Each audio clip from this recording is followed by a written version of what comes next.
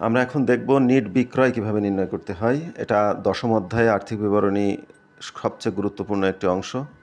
আমরা কয়েকটি অংশে ভাগ করে ফেলব। নিট বিক্রয়।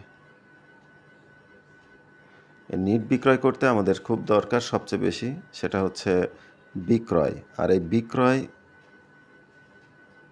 আমরা কোথায় পাই? আমরা জানি যে আর্থিক বিবরণী অঙ্কে দুইটি খণ্ড থাকে, একটা রেওয়া মিল আর তার নিচে কিছু সমন্বয়।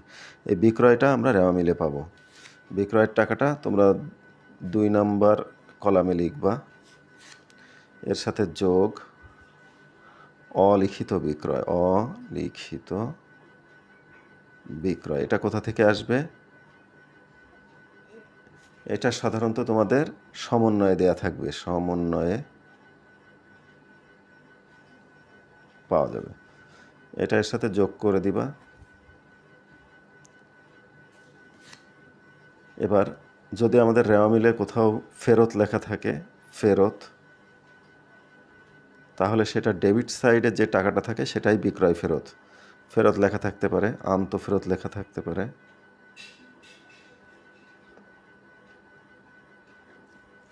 অথবা বিক্রয় ফেরতও লেখা থাকতে পারে। যেটাই থাকুক, আমরা ডেবিট সাইডের টাকাটা এখানে বসাই দিব। ডেবিটে থাকবে।